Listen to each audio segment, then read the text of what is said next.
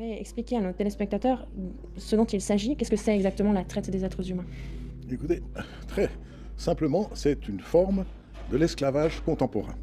Et c'est une forme de l'esclavage qui se développe dans le monde entier sous plusieurs manières. Un, le travail forcé. Agriculture, construction, travail domestique, pêche, même dans des hôtels et des restaurants, exploitation sexuelle, prostitution forcée, mariage forcé, maternité forcée, criminalité forcée, qui peut aller de la mendicité là dans la rue juste à côté, vol, trafic de drogue, mais aussi terrorisme. Et puis aussi prélèvement et trafic d'organes, je crois qu'on en parlera plus tard d'ailleurs, exploitation d'enfants, alors enrôlement d'enfants soldats dans des conflits armés, que ce soit par des gouvernements ou par des groupes armés non étatiques, vente d'enfants et pédopornographie en ligne notamment. Et alors, malgré que ce soit un phénomène qui est invisible ou largement ignoré, il n'y a jamais eu autant d'esclaves qu'aujourd'hui, dans l'histoire. On a aujourd'hui 50 millions d'esclaves, c'est ce qu'on estime. 50 millions d'esclaves et qui rapportent 236 milliards de dollars de profits illicites par an. Et si vous voulez, c'est, après la drogue et avant le commerce des armes, un des trafics les plus lucratifs, si j'ose dire. Et souvent, d'ailleurs, il y a des liens entre les différents trafics. Et aussi, par exemple, les contrebandiers de migrants deviennent à l'occasion trafiquants d'êtres humains. Les trafiquants d'armes, ou même des fois de cigarettes, une fois que vous avez ouvert la route, eh bien, vous continuez et puis vous prenez des êtres humains et vous vous rendez compte que ça paye très bien. Évidemment, c'est monstrueux, c'est une forme d'exploitation extrême et qu'on n'aimerait pas voir chez nous, mais que malheureusement on peut voir aussi chez nous, vous voyez, qu'on le voit dans tous les pays, y compris en Suisse. C'est pour ça que je dis, c'est un fléau difficile à éradiquer. Et je dirais même, c'est un fléau qui dépasse nos moyens humains. Et ça, je crois que je le répéterai après, certainement. Mais je crois que c'est un combat spirituel. Parce qu'il y a une dimension, parfois une dimension démoniaque là-dedans. Et que, effectivement, les gens qui pratiquent la traite des êtres humains sont des gens qui n'ont aucun respect de la personne humaine. Et qui, même au contraire, cherchent à humilier, à exploiter, et ensuite à jeter la personne quand on ne peut plus en tirer un profit. J'aimerais juste d'abord revenir sur quelques chiffres, quelques faits en lien avec la France, puisque c'est ce qui intéresse en priorité nos téléspectateurs. Une disparition d'enfants est signalée toutes les 12 minutes en France, vous me confirmerez ou non, hein. Chaque année, entre 40 000 et 50 000 signalements de mineurs disparus sont pris en compte par les autorités. En tant qu'expert, quel regard est-ce que vous portez sur ces disparitions? Est-ce qu'elles pourraient avoir un lien quelconque avec le trafic humain? Alors, je pense qu'il y a probablement un lien avec beaucoup de ces disparitions d'enfants. Et hier soir, j'ai vu avec grande émotion, juste à côté, là, à Saint-Julien-Genevois, le film Les Survivantes. Et ce film est vraiment un témoignage bouleversant. Bouleversant et qui montre justement des aspects spirituels de la lutte contre la traite qu'on ne peut ni prévenir, ni combattre, ni guérir par des moyens uniquement humains.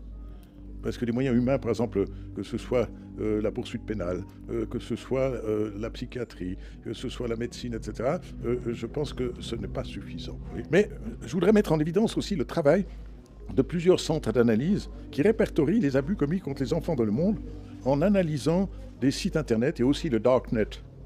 Parce que là, il y a un nombre de vidéos et de photos de pédopornographie, plus de 20 millions au total, disent certains. Et là, ce n'est pas simplement un prêtre italien qui fait ça dans le sud de l'Italie, mais il y a aussi un observatoire canadien. Donc, si je peux dire, il n'y a pas simplement des gens d'une tendance, mais il y a véritablement des gens de partout qui essayent de détecter et malheureusement de faire le compte de ces abus. Et alors ces abus, on voit justement dans ces vidéos des scènes de maltraitance d'enfants et de bébés pour en tirer profit en vente en ligne. Et alors vous avez des gens qui vont non seulement acheter ces vidéos, mais payer pour maltraiter, faire maltraiter ces enfants pendant qu'ils regardent la vidéo. Malheureusement, la plupart de ces serveurs et la plupart des clients, et on pense donc beaucoup de victimes, sont basés aux États-Unis et en Europe. Et la faiblesse de la réponse des tribunaux est également dramatique. Et là, j'ai un ami qui lui-même a été un professeur à Milan, mais aussi président de l'Institut de San Remo. Après, il a aussi été juge à La Haye. Et Fausto Polcar aussi dénonçait il disait, mais en fait, évidemment, la plupart des victimes ne sont pas des personnalités, donc n'intéressent pas les juges. Et un autre, Kevin Hyland, qui lui est un Britannique et qui a été l'ancien responsable de la lutte contre la traite au Royaume-Uni, il disait, il y a 98% de chances d'impunité. C'est le crime parfait. Donc vous voyez qu'après de dire il faudrait davantage de poursuites, je vous dis franchement, il faudra se lever tôt pour le faire, parce qu'effectivement, c'est très compliqué de rassembler les preuves, c'est très compliqué de faire parler les victimes, c'est encore plus compliqué de localiser les responsables de ces crimes, et après, et surtout si ça a lieu sur Internet, et que ces braves gens sont dans des endroits où ils sont parfaitement à l'abri. Oui. Malheureusement, les enfants continuent à être des victimes faciles, et même après, à partir d'une photo réelle, on peut, avec l'intelligence artificielle, vous faire des photos qui seront utilisées à des fins pédopornographiques, à des fins criminelles. Et je pense que là aussi, malheureusement, il faudra se lever tôt pour arriver à faire cesser ces abus et ce commerce illégitime. Très souvent, justement, et c'était aussi dans le film Les Survivantes, très souvent, il y a une sorte d'amnésie, de paralysie mentale qui s'installe. Les traumatismes ont été tellement forts que les gens ne se souviennent plus. Et puis tout d'un coup, il y a un événement qui leur rappelle, et alors là, ils commencent à parler, et puis dès qu'ils commencent à parler, ils commencent à se libérer.